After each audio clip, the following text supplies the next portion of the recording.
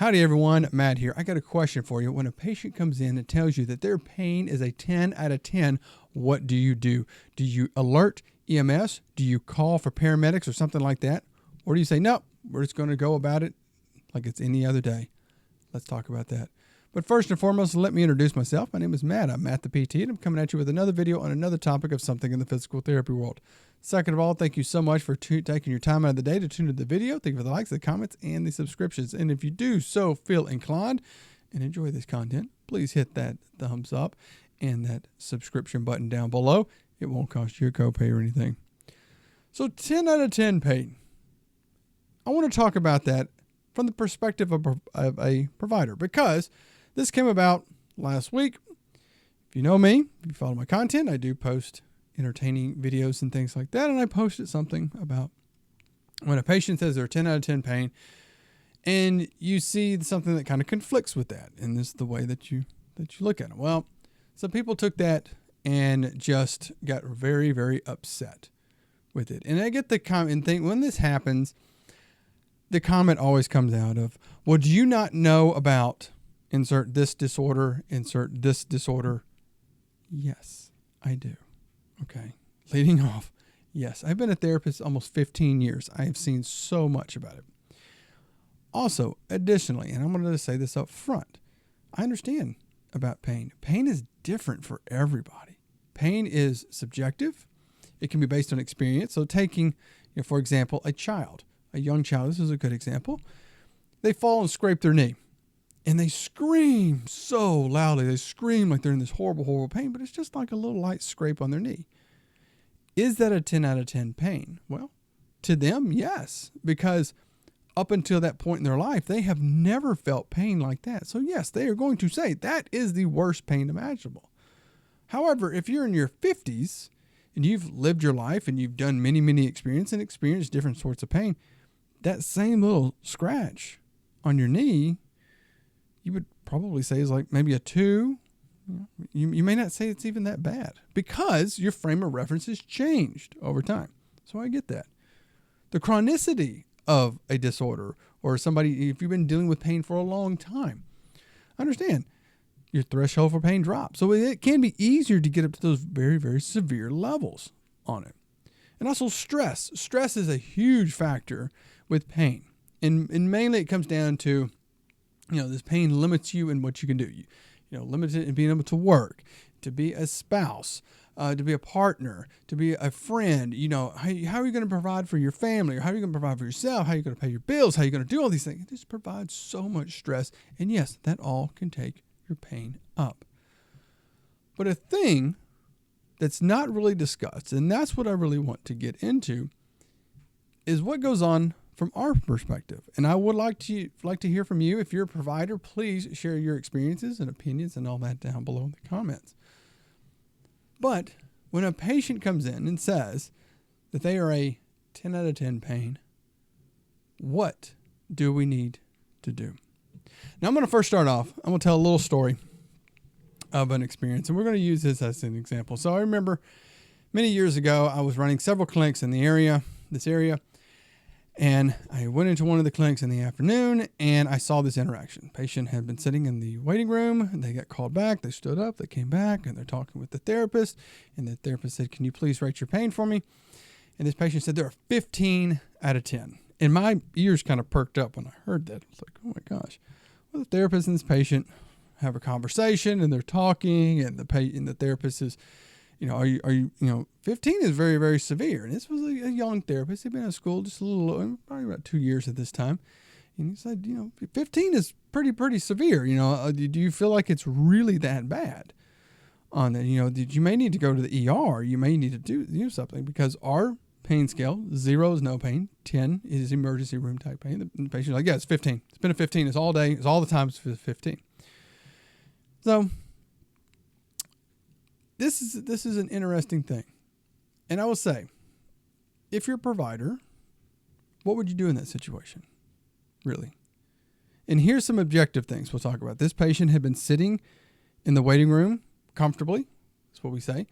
When we say comfortably, that you're sitting, you're not fidgeting, because, if you're hurting, if you're back, and this patient had back pain, if you're hurting, and you may fidget, you may shift, you may change positions there, but this patient did not do that. And yes, I understand everybody is different. There's some people that have bad back pain and they can sit very comfortably. I'm just saying, just putting that out there. Everyone is different. But when he rose, when he went from sitting to standing, he just stood straight up. You saw that. He walked back. And as you're walking, there's no difficulty in standing up. His trunk and his body is moving as he comes back. You don't see any guarding. You don't see any shifting. He hopped up on a Airdyne bike, that one that you sit and you use your arms. He got up on that, and he's doing that. And he had turned, and he was turning like this to talk to the therapist. And so I'm going to say that objectively, looking at this person, okay, this doesn't really match up to what's going on. And likewise, I'll put this out there. The patient had been injured at work and was coming in through a workers' compensation claim. So that is the picture of this patient. So again, I will ask you, if a patient just like that is sitting in front of you and tells you that their pain is a 15 out of 10, which is a rating of 5 more than the worst pain imaginable, what's probably your first thought? I'll tell you what mine is. It's a bunch of alarms and bells going off, because that is something serious. And when we talk about, direct access, and that's the big thing that people talk about with, PTs not wanting to have direct access. Well, we're going to miss all these serious things. We're going to, you're not going to catch all the stuff. That right there is a red flag, because what could be going on? It could be a fracture, especially in the back, a fracture in the spine. It could be a disc fragmentation. That's very, very serious. If you ever have dealt with anybody with either of those disorders, it's very painful. I've had a few patients with those. A lot of pain. What else could it be? It could be an infection. So not only an infection in the spine, I've had somebody with discitis, I've had somebody with a staph infection. Could be an organ infection, a kidney infection, a stomach, colon, something like there. Okay, that's a serious issue that needs to be treated. What else could it be? Oh, the big C word. It could be cancer. This person could be having cancer, could be manifesting. This could be really coming out because he's in such severe pain as he's telling us on there. So we get put in this position. Is this something serious going on? Now, I know people will be saying, well, wouldn't the doctors would screen for all that. They should be doing tests and checking all that. Okay. I'll tell you this. One thing, when you get into these tests, it can run up a large bill. It can. And it's the big thing people complain about is the cost of healthcare, the overall cost. We're spending too much money on healthcare. Running all those tests could just run up the cost for this person on it. And granted, yes, this person is coming in through workers' compensation, so it's not him paying for it, but it could be passed off somewhere else. But again, if this person was not going in through workers' comp, again, that would be a huge cost that gets passed over to them. Or like you said, well, what if the doctors did all that stuff? Things change. I've had patients that something has changed from the time that they saw the physician to the time that they came in to see me. And I'm pretty sure that you've seen those things. Stuff can change because you don't see the patient yesterday and come in today. It's very often, it may be a few days or maybe even a few weeks before the person gets to come in and see you. Or they've been coming in for a period of time. And again, something could have manifested in that time on it. So we are screening for that. And likewise, even if it isn't any of those serious issues, because those serious issues, as we understand, are less than like 1% of all the patients that we ever see. If you ever read the research, serious issues are like less than 1%. And it really depends upon what setting you're in. Of course, if you are a specialist, if you're if you're an orthopedic surgeon, if you're a cancer, oncologist, yeah, your chance of seeing red flag issues are higher because you see those patients that get screened and get sent over to you. So yeah, it's going to be higher, but very often for general population, it's not going to be that high. What else? Well, if this person is saying that they're in such severe pain, they could have a cardiovascular event, meaning a heart attack or a stroke. Because if you're in that much pain, your blood pressure is up, your heart rate is up. That could put an immense stress on his cardiovascular system and could cause him to have that. And I have luckily been fortunate enough to not have a patient have that happen while they were being seen. But I do know of other therapists that a patient did have a heart attack after doing therapy. Now, here comes those proponents, those people against physical therapy. Oh, physical therapy. No, same thing happens. People go on runs and have a heart attack in the driveway, or they go to the gym as soon as they finish a workout, they fall over. It's the physical exertion that goes on.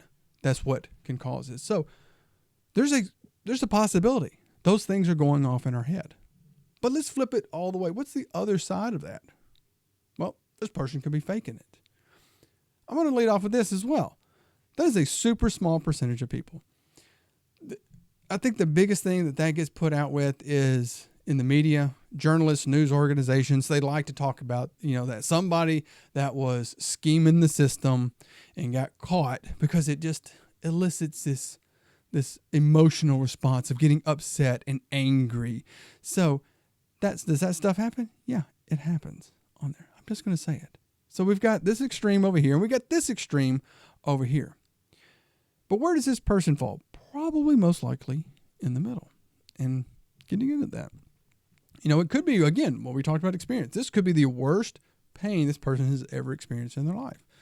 So yeah, he may rate it a 15 out of 10. But what else could be going on? Well, he could be saying like, well, he's under a lot of stress. I can't work. I got hurt at work. I can't go back to work. So what's going to happen? I can't work. So I can't pay my bills. I may get evicted. I may not be able to pay the power bill or the water bill or the gas bill. I may not be able to buy food or, support my family. I can't do all of these things. Also, he may be seeing us and saying, I want you to help me, but I have to show that I am very, very disabled, that I am very, very limited. So let me make myself look worse so that they believe me, so they don't turn me loose too soon. People have said that. They don't want to feel like, hey, I'm feeling a little, I'm feeling some better. And they're like, good, done, go back to work. And then they get a flare up on it. Now that was mentioned by somebody to say, oh, you should probably just say that you're worse, or just show yourself being worse when you go back. That I'll be honest, it doesn't help you, because it adds conflicting information on it. Because if different providers and different people are seeing you at different levels, it's a bunch of conflicting information. So I'm just putting that out there. So where does this guy fall, really? I'll be honest, like, I didn't get to see the complete treatment with him, but he did fall somewhere in the middle. And what do you do as a provider, as a PT or PTA or anything else? What do you do when that patient comes in? Do you go, oh my gosh, what, I need to call EMS. I need to call paramedics because this is a serious medical emergency, that we need to get this person medical care because it could be something very, very serious? Or are you going to say, no, let's sit down and talk? And I know I will say, and I'll kind of bring this in with myself to start wrapping it up. First and foremost, talking about, hey, do you understand the pain scale on that? 0 is no pain, 10 is the emergency room type pain. If you're really over that, we need to send you to the ER because there could be really something going on. And I let them know, yes, I understand. I believe that you are hurting. I believe that you have pain. I am your advocate. I want to get you better. I want to get you back to doing all those things that you want to do. Okay? I'm going to fight for you. I'm not going to turn you loose before I feel that you're ready. And I will go up against any adjuster or any other provider that says otherwise if I feel like, hey, you could do more on that. And I understand that you may have limitations and things going on. And we're going to talk about that. So I know that's how I do it. Now, as I've gotten older through my career, yes, I kind of bring that up a little bit more. But I wanted to point that out. That does put us in a very awkward predicament as a provider. But what to do exactly? Because if we ignore it to say, oh, no, let's just go about, could it be that one time that it is something serious and we missed it? And even if you miss something one time like that, that's a big deal on it. Did you miss the patient that had a cancer, that there was a fracture going on, that this person did suffer something serious after they saw you? That all could play a factor into it. You don't want to let that one slip by. But at the same time, we don't want to blow you off and think, no, that you're faking this. No, We're on your side. We are here for you, to help you. So, like I said, let me know your beliefs, your experiences, any of that down below in the comments. What do you do when a patient comes in and tells you that they're a 10 plus out of 10 on pain? Let me know. And like always, take care of yourself, take care of your patients, and I'll see you next time.